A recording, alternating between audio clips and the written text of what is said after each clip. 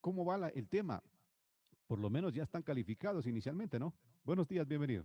Muy buenos días, sí, muy contento de estar aquí, muy contento de poder participar en la democracia del Ecuador, que ha sido revivida ante esa amenaza tan latente que tuvimos la semana pasada. Efectivamente, estamos ya inscritos, hemos completado la solicitud de inscripción. Esta solicitud ha sido circulada a todos los movimientos y partidos políticos del país. Hasta ahora no hemos sido notificados de que alguien haya impugnado, con lo cual estamos ya a días de que nuestra calificación proceda y de esa manera estemos formalmente inscritos para poder estar al servicio de la patria. No ha sido un camino fácil, ha sido un camino bastante tortuoso, con muchos obstáculos. ¿Por qué cree que ha pasado todo esto? Bueno, en efecto, ha sido un camino duro, básicamente 3 años de intentos de persecución, de proscripción política. Un día antes del llamado a elecciones se resolvió tachar del registro electoral a Compromiso Social, que fue el instrumento con el cual se obtuvo la victoria el año pasado. Y bueno, ahora gracias a Centro Democrático, Listas 1, ahora estamos ahí presentes en la papeleta y podremos servir a la ciudadanía desde ahí. Como hemos visto, luego de que Rafael Correa venció en las primarias de Centro Democrático, salió la sentencia express de la Corte de Justicia con 16 casaciones en 17 días. Entonces eso evidentemente alteró la planificación que estaba prevista, pero el reglamento ordenaba que Rafael Correa tenía que constar en la solicitud de inscripción original porque venció en las primarias. Y luego de aquello, bueno, pues viene el proceso de reemplazo, que ya lo hemos cumplido y ahora estamos a pocas horas de que sea aprobado. El debate ahora se centra en una pregunta que se hace la clase política. ¿Cuánto pesa el cambio Arauz-Correa al cambio Arauz-Rabascal? ¿Ganan, pierden? ¿Qué va a pasar? Mira, siempre es ganar. Estamos ganando porque tenemos el respaldo de nuestro compañero Rafael Correa y eso la ciudadanía lo aprecia, lo reconoce. Creo que ha habido una gestión de transformación social, económica, productiva, sanitaria en la gestión del economista Correa y eso está incorporado ya en nuestra votación. Y yo creo que con Carlos Rabascal hemos dado claras señales de que tenemos una intención de lograr no solo la unidad del progresismo, sino también la unidad nacional, la unidad de los ecuatorianos. Y tenemos ahí a un compañero guayaquileño, empresario, comunicador, que nos va a dar también un aire de frescura en las relaciones con los sectores productivos de nuestro país. El análisis actual indiscutiblemente tiene que enfocarse en nuestra realidad del país. ¿Cuál es esa realidad? ¿Cuál es esa visión que tiene Andrés Arauz sobre el momento actual del Ecuador? ¿Y qué es lo que ustedes, desde UNES, le proponen al pueblo ecuatoriano? Bueno, para empezar, estamos en una situación extremadamente dura y difícil, no solo por las circunstancias de la pandemia, sino por un pésimo manejo económico. La principal preocupación de los ecuatorianos tiene que ver con la economía, con el empleo, con la posibilidad de poder tener ingresos suficientes para alimentar a sus hijos. Por eso nosotros vemos que nuestra principal y única prioridad en el corto plazo es la recuperación económica, es ¿Cómo? volver a poner dinero en el bolsillo de las familias ecuatorianas Ahora, mediante Andrés, una seguridad social de emergencia, mediante la reactivación del consumo para que genere encadenamientos en la economía, para que la tienda haga más pedidos al mayorista, para que el mayorista adquiera del sector productivo y el transportista lo movilice y de esa manera toda la economía se reactive. Nosotros estamos ahora la dispuestos. pregunta, ahí la pregunta es el cómo, porque todos los candidatos, y con todo el respeto se los digo, todos los candidatos nos van a decir la reactivación económica y demás. El gobierno del presidente Lenín Moreno va a dejar al país con un crédito de 6.500 millones más con el Fondo Monetario Internacional. Deberíamos, me parece, y en el caso de la profesión de mi invitado, economista, ¿verdad? Debemos partir desde qué nos deja, porque después va a resultar que nos van a decir, es que no nos dejaron la mesa servida y vea lo que nos ha pasado. Decenas y centenas de miles de ecuatorianos en la desocupación, una línea económica ligada al Fondo Monetario Internacional, que por poco ya mismo nos venden absolutamente todo.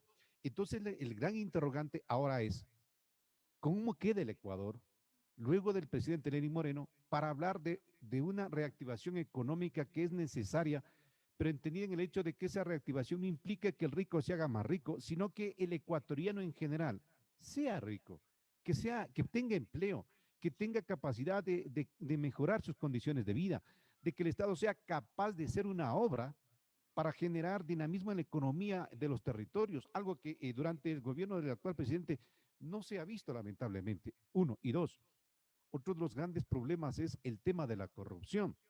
El tema de la corrupción que en el gobierno del presidente Lenín Moreno ha sido claro en denunciar todo lo que la década del correísmo le ha dejado a este país.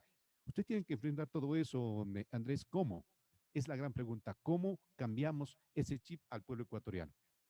Mira, claro que sí, bueno, has topado un montón de aspectos, vamos a ir desmenuzándolos poquito a poco, pero sobre la situación económica que nos va a dejar Lenín Moreno, no al siguiente gobierno, al país entero.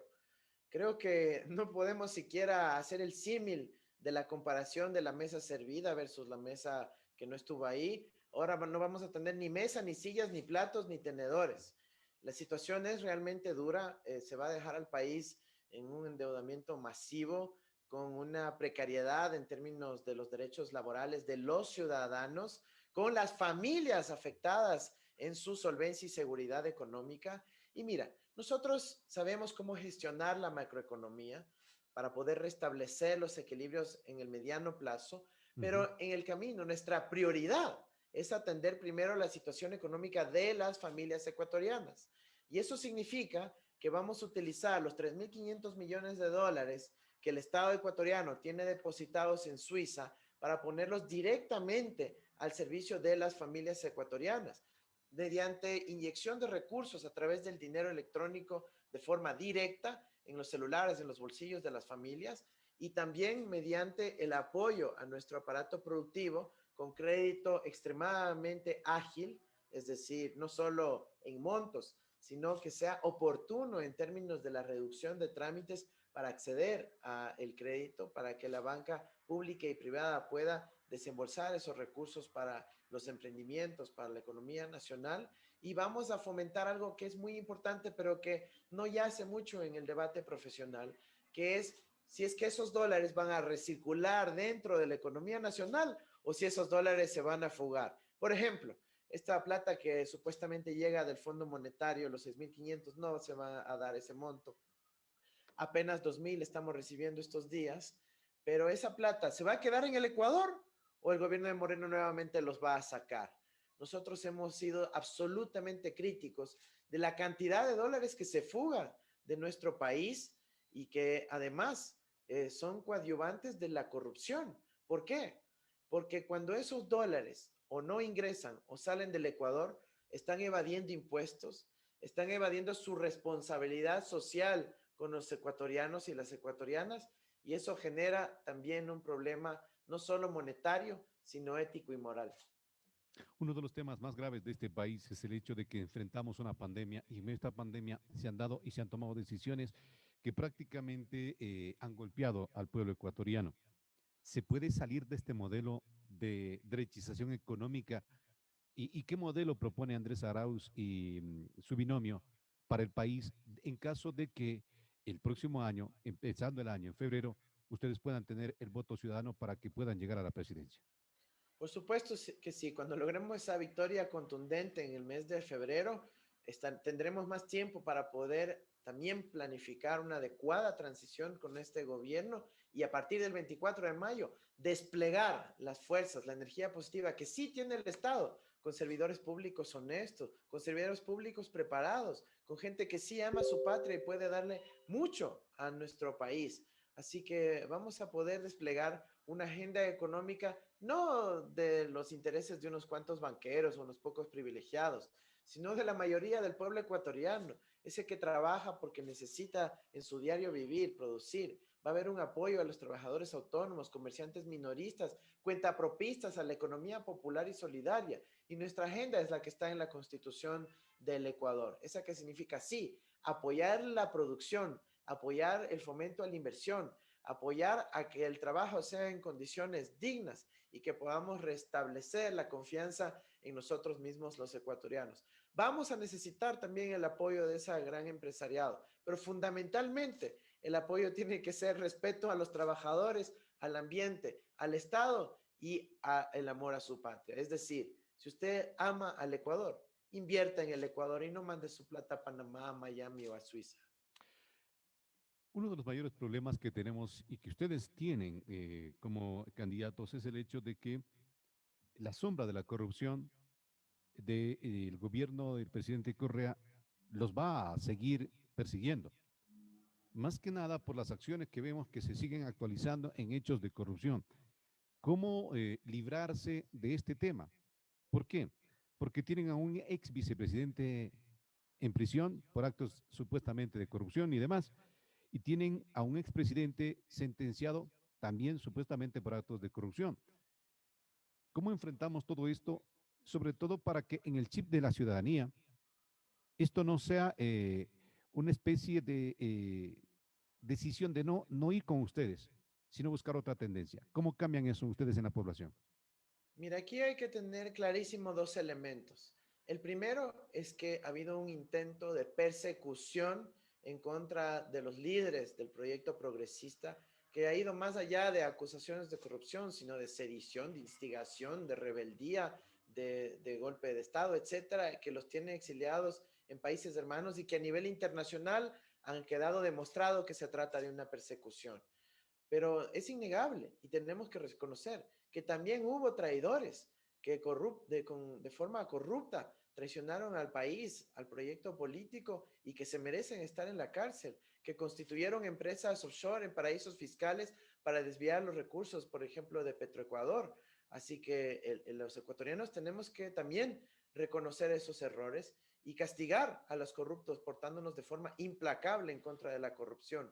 Y finalmente, recordar que la corrupción no solo está en el ámbito de la administración pública, también está en los evasores de tributos o en las políticas que terminan perdonando miles de millones a las empresas más ricas del Ecuador. ¿Cómo lograron pues aprobar esas leyes que les perdonan miles de millones? Ya lo sabemos, gracias a esos repartos que hubo en la asamblea, no solo con hospitales, sino con obra pública y que han terminado dañando la confianza de la ciudadanía en sus instituciones. Nosotros vamos a recuperar la institucionalidad democrática, vamos a darle nuevamente una verdadera independencia judicial, pero sobre todo vamos a devolverle la dignidad a los ecuatorianos teniendo clarísimas las prioridades y una nueva forma de hacer política. Al lanzarse las candidaturas, los encuestadores tradicionales que aparecen siempre en los grandes medios de comunicación hablaban del candidato a la derecha primero y de Arauz en el segundo lugar. ¿Cómo ven estas encuestas? Bueno, las encuestas que han sido financiadas por Ujú. uno de los bancos de este país y que afortunadamente está la evidencia que lo corrobora, sinceramente tiene hartas y fallas metodológicas graves, que ya lo han dicho en redes sociales, no las voy a repetir, pero todas las encuestas nos muestran claramente liderando en este país gracias a ese inmenso apoyo de la ciudadanía que he visto en esta opción realmente una opción de esperanza, de retomar una senda hacia el desarrollo, hacia el crecimiento, hacia las oportunidades económicas, hacia la estabilidad y seguridad de tener algo de dinero para poder alimentar a sus hijos. Es eso lo que principalmente está motivando el apoyo ciudadano y nosotros nos mantenemos firmes en que nuestra prioridad es esa. No nos interesa el odio, la rencilla, no nos interesa la venganza, no nos interesa la política de la persecución, nos interesa la política de dar soluciones a la gente.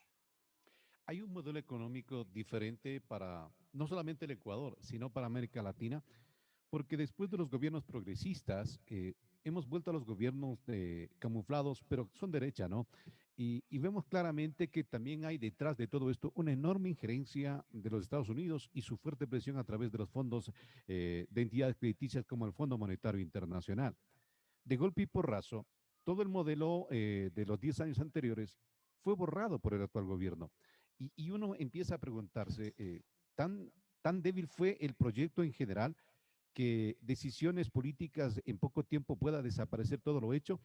¿Se puede volver a recuperar ese modelo en el que se garantizaba educación, en donde la obra pública estaba en donde se mejoró la calidad de vida de los ecuatorianos, pero también, y dolorosamente que sí, los escándalos de la corrupción, que ojo, no son solamente de ahora, son de siempre, pero hoy es donde veo que hay mayor interés en castigar la corrupción dirigida a un sector determinado. La pregunta, Andrés, es, ¿el pueblo ecuatoriano puede volver a tener esperanza? Porque realmente en la clase política y en las aspiraciones presidenciales de los mismos de siempre, queda una desesperanza en el pueblo ecuatoriano. ¿Se Mira, puede tener esperanza de que se puede construir un país diferente? yo siento, como la mayoría de los ecuatorianos, que la clase política no está a la altura de lo que demanda nuestra coyuntura, nuestra sociedad actual. Yo creo que la clase política está enfrascada en peleas, en broncas, en persecución, en estar ahí intimidando el uno al otro a través de la justicia, las acusaciones, cuando la clase política lo que tiene que hacer es liderar a un país hacia algo mucho más grande, hacia el futuro, hacia el desarrollo.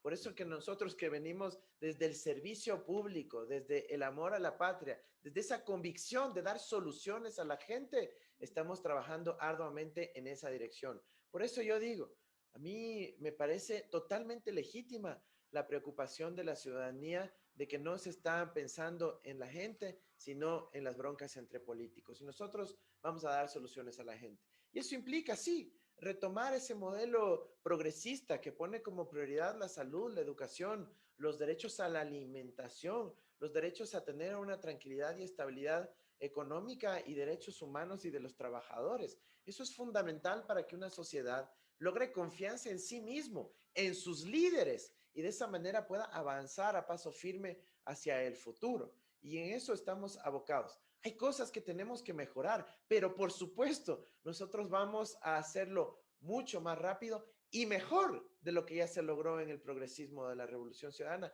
porque tenemos lecciones aprendidas y tenemos esa energía, esas ganas de aportar a nuestro país que no nos la ha quitado nadie. Así que al igual que tenemos indignación con la clase política, también compartimos con los ecuatorianos esa esperanza, esa luz que se ha vuelto a abrir y que vamos a poder devolverle la dignidad a las familias ecuatorianas muy pronto. El gobierno actual ha señalado que el aparato estatal es demasiado grande y por lo tanto hay que irlo reduciendo. Y reduciendo, reduciendo, reduciendo.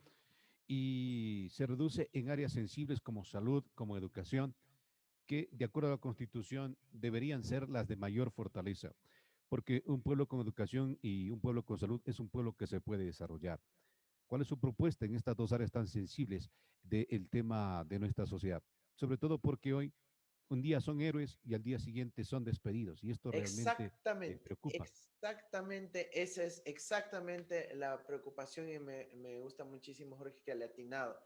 ¿Cómo es eso, pues? Que digan que un día los trabajadores de la salud, nuestros profesionales de la salud, un día son héroes y al siguiente día no les quieren pagar los posgrados, les tienen unas deudas enormes, a los internos no les quieren reconocer sus derechos, en fin, la situación es durísima y, no, lo que demuestra no es falta de recursos como nos quieren hacer creer, no es falta de recursos, el Ecuador sí tiene recursos, lo que no hay es prioridades correctas, en donde se ha privilegiado el atender a unos cuantos banqueros en el exterior, Credit Suisse, Goldman Sachs, por $2.000 millones de forma anticipada y poniendo a nuestros trabajadores de la educación, a nuestros profesionales de la salud, ahí en la calle a que tengan que sufrir con el sueldo atrasado, con los recortes salariales. Eso es inaceptable. Y lo que nosotros sí tenemos claro es cuál es nuestra prioridad. Y nuestra prioridad es atender a los ciudadanos ecuatorianos, a las familias ecuatorianas, y eso lo vamos a hacer. Sí se puede hacer, y se puede hacer mediante una política adecuada en la administración de lo económico, de las finanzas públicas, pero sobre todo teniendo clarísima cuál es nuestra prioridad, y es que atendemos a los ecuatorianos y no a unos cuantos banqueros del exterior. Ese tema precisamente podría ser algo que le juegue en contra, Andrés, al hablar de los banqueros y demás. No sé si era el espacio de un sector económicamente poderoso del Ecuador que podría, en un momento determinado, jugarle en contra en su propuesta de llegar a Carondelet. ¿Por qué habría de hacerlo? Mira, lo que ha habido aquí es un gobierno lamentablemente cooptado por el sector de la banca y todo el país lo conoce y lo reconoce. toda la economía ha visto un bajón enorme. No ahorita solo en la pandemia, ya llevamos 2 años y más en esa situación.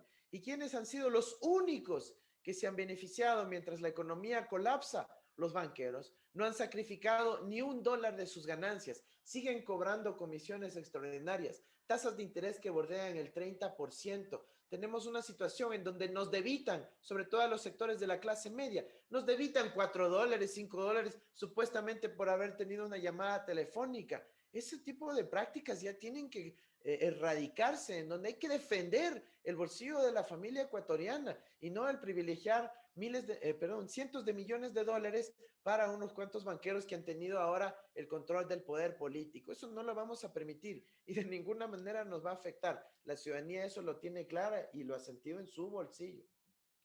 Andrés, ¿quiénes están detrás de ustedes?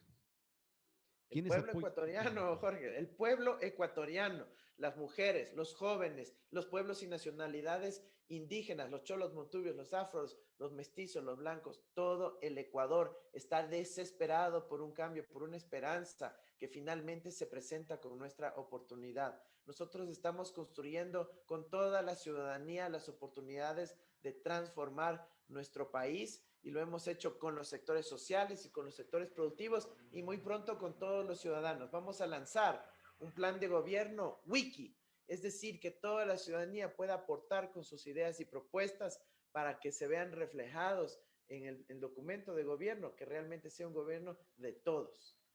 ¿El modelo cuál sería? ¿El modelo de Rafael Correa o será un modelo de Andrés Arauz y Galo Rabascal? Mira, yo quisiera, esa pregunta me han hecho antes y he tratado de Y le seguirán explicar. haciendo siempre. La van a seguir haciendo porque detrás de usted está la figura del expresidente Rafael Correa. Y si no reconocen que eso es así, entonces no estamos empezando a pisar la realidad. Ustedes Absolutamente. tienen esa Mira, figura atrás. lo que tiene que tener clarísimo la ciudadanía son dos cosas. A ver, Primero, que jamás seremos alguien como Lenín Moreno. Nosotros tenemos coherencia y consistencia histórica y sabemos en qué camino vamos. Segundo, la Constitución de la República dice que el presidente de la República es el quien toma las decisiones y el presidente de la República seré yo. Pero por supuesto, y como es evidente, Rafael Correa será uno de mis principales asesores porque ha tenido una demostrada gestión en experiencia en el manejo de lo público, de la transformación social, productiva, en infraestructura de nuestro país. Y ese legado lo vamos a poner nuevamente al servicio de los ecuatorianos. este legado indiscutiblemente tiene que ver con qué?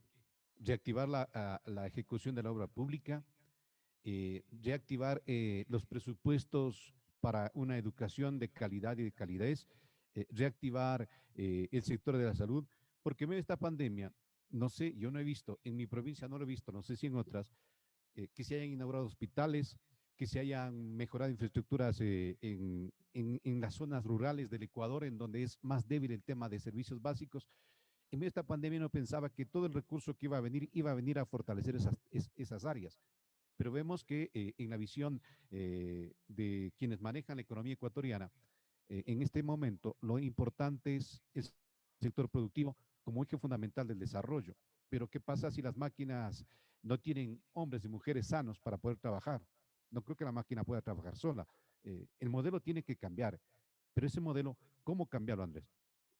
Mira, efectivamente, cuando nosotros hablamos de recuperar el futuro, nos referimos a la educación, nos referimos a la salud, nos referimos a condiciones dignas de vida para toda la ciudadanía que les permitan no solo sobrevivir apenas, sino proyectarse hacia el futuro, tener ambiciones, tener ganas de poder tener una seguridad y estabilidad como oportunidades.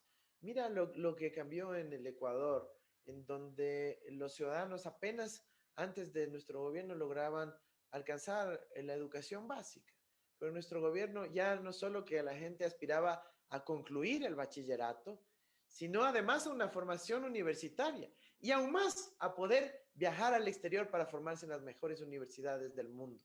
Ese es el tipo de políticas públicas que se impulsaron en el gobierno de Rafael Correa y que nosotros estamos convencidos de que tenemos que retomar porque es un legado que le hizo muy bien al país, es un legado que le hicieron muy bien a las familias y eso es lo que vamos a retomar en materia de salud, con construcción de infraestructura, pero no solo grandes hospitales, también los centros de salud. Nosotros dejamos una planificación a 20 años plazo que el gobierno solo tenía que seguir, no tenía para qué desviarse y sin embargo destruyeron todo eso.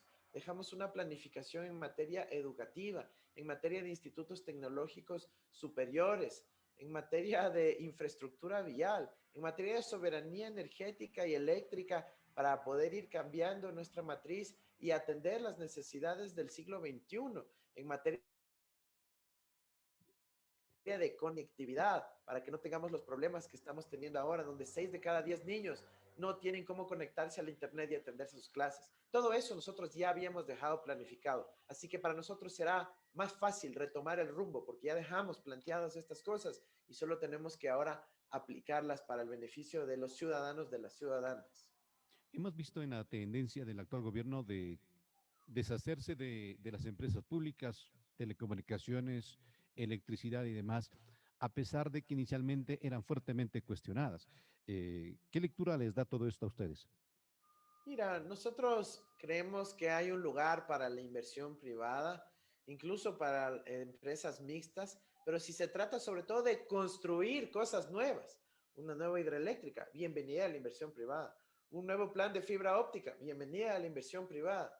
Necesitamos construir más fábricas, por ejemplo, para poder fabricar aluminio en el Ecuador. Maravilloso, bienvenida a la inversión privada. Pero no me digan que es inversión privada vender lo que ya existe, que le costó tanto construir al Estado ecuatoriano con el aporte de los ciudadanos, y aprovechar la pandemia para vender eso a los amigos del gobierno a precios de coronavirus. Eso no es aceptable. Eso no es aceptable de ninguna manera y que lo tenga claro el pueblo ecuatoriano. Si se llegan a concretar estos negociados en donde se vende el patrimonio público a 5 meses antes de terminar el gobierno, nosotros revertiremos esas acciones porque ese es patrimonio que le pertenece al pueblo ecuatoriano y no a los amigos de este presidente. Andrés, ¿y la propuesta de ustedes para luchar contra la corrupción, por dónde va? Mira, nosotros estamos enfocados en dos cosas. Primero, la recuperación de la institucionalidad democrática para tener una verdadera independencia. Vamos a pedir el apoyo y el aval del relator especial para la independencia judicial de las Naciones Unidas, para mostrar que realmente se puede construir una justicia, no solo para los grandes casos donde se actúe de forma independiente, sino para esos casos diarios que la gente tiene que sufrir con una fiscalía indolente, con un sistema de justicia que se vende al mejor postor. Nosotros vamos a lograr verdadera independencia judicial, que es un mecanismo muy importante para evitar la corrupción. Y el segundo eje tiene que ver con la prevención. Y ahí vamos a desplegar toda esa energía social a través de la veeduría ciudadana con las tecnologías de información. Vamos a una política total de datos abiertos. Lo hemos planteado ya, inclusive en esta campaña del Consejo Nacional Electoral, que nos permitan que las recaudaciones, los aportes de campaña puedan ser totalmente digitales y totalmente transparentes, para que cualquier ciudadano pueda meterse a la página web del Consejo Nacional Electoral y ver quién está aportando a la campaña de cada quien. Y de esa manera saber cuáles son los compromisos, a dónde está yéndose la plata, cómo se está gastando en campaña y qué implica eso para el futuro de nuestro país. Nosotros hemos propuesto eso al Consejo Nacional Electoral y además candidatos. Desafortunadamente no hemos tenido respuesta al respecto. Otro de los temas indiscutibles que tiene que ver con los territorios es el tema de los ferrocarriles. Ustedes en el gobierno de Correa lograron establecer uno de los trenes emblemáticos y galardonado por muchas ocasiones. Más sin embargo, hoy ese ferrocarril está en proceso de desaparición o en proceso de venta. ¿Qué harían ustedes con este tema? Además, también está Correos del Ecuador, que son empresas que están en esta línea, a más de las hidroeléctricas, a más de las telefónicas, que son un bocadito bastante apetecido porque lucran, y Correos del Ecuador, que también son empresas que el gobierno del presidente Moreno, junto a otras, ha decidido eliminarlas. ¿Cuál es su propuesta? Mire, nosotros vamos a preservar el patrimonio público por dos razones. Primero, porque en estas circunstancias venderlas a precio de coronavirus no tiene ningún sentido, ni siquiera desde una lógica de privatización. ¿Cómo va a pensar que vender cuando está el precio más bajo es el mejor momento? No, pues en tal caso habría que esperar, pero no, nosotros vamos a preservar el patrimonio público porque estamos hablando de sectores estratégicos Correos del Ecuador es un sector estratégico establecido en la misma Constitución, porque es un servicio público esencial. Imagínense, es elemental para garantizar también los derechos de comunicación de la ciudadanía. Y ahí lo que hay que hacer es más bien profundizar su rol que cumple en la sociedad del siglo XXI. Solo tomemos un ejemplo. Ahora con la pandemia ha habido un boom de lo que se llama el comercio electrónico, ¿no es cierto? En donde la gente hace órdenes por internet, por aplicaciones o hasta por grupos de WhatsApp. Pero, el ejemplo, Correos del Ecuador. Lo que se quiere hacer ahí es entregar el negocio a una operadora de correo privada que lamentablemente tiene cercanía con un amigo del presidente. Eso no queremos permitir. Nosotros queremos preservar esto para que esté en manos ecuatorianas y le genere rentabilidad al Ecuador en su conjunto y obviamente un adecuado servicio público. Sobre la telefonía, las hidroeléctricas, la refinería, tenemos que tomar en cuenta que son sectores estratégicos, que nos sirven para nuestro futuro, para que podamos tener soberanía en el largo plazo. No debemos sacrificar esos que son sectores que además todos los ecuatorianos estamos obligados a usar y le vamos a estar dando rentabilidad a uno que otro amigo del presidente que quiera ahorita beneficiarse de estas privatizaciones. Tenemos que poner nuestra mano en el corazón y decir, vamos a defender el recurso público, vamos a defender el patrimonio público que tanto nos ha costado construir. Y finalmente sobre ferrocarriles. Ferrocarriles no solo tiene un valor económico en el sentido de fomentar el turismo, la actividad productiva de las comunidades que rodean a la vía férrea y a las estaciones. También tiene un importante efecto simbólico. Estamos hablando de rescatar el legado de Eloy Alfaro, el legado de la integración de nuestra patria. Y eso siempre será también una prioridad, porque nosotros somos patriotas, demócratas y progresistas, y ese patriotismo se verá reflejado en nuestra gestión de gobierno. Andrés, agradeciéndote el tiempo, la generosidad de conversar con la ciudad de Riobamba y la provincia del Chimborazo.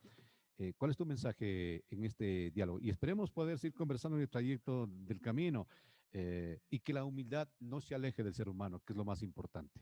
Con todo gusto, todas las veces que sean necesarias, estamos aquí para dialogar con la ciudadanía, para poder compartir con la ciudadanía sus prioridades, sus preocupaciones. Y el mensaje final es ese, ¿no? Que nosotros estamos construyendo un programa de gobierno junto con la ciudadanía, junto con nuestro pueblo, pero que se verá reflejado finalmente el día que acudamos a las urnas. Y no podemos olvidar que luego de todo ese intento de eliminarnos de la participación política, ahora somos la lista uno y es ese el camino hacia la esperanza, hacia la recuperación del futuro. Muchísimas gracias, Jorge. A usted también, economista Andrés Arauz, muchísimas gracias, candidato a la presidencia de la República. En este momento en que el país vuelve a tener la esperanza,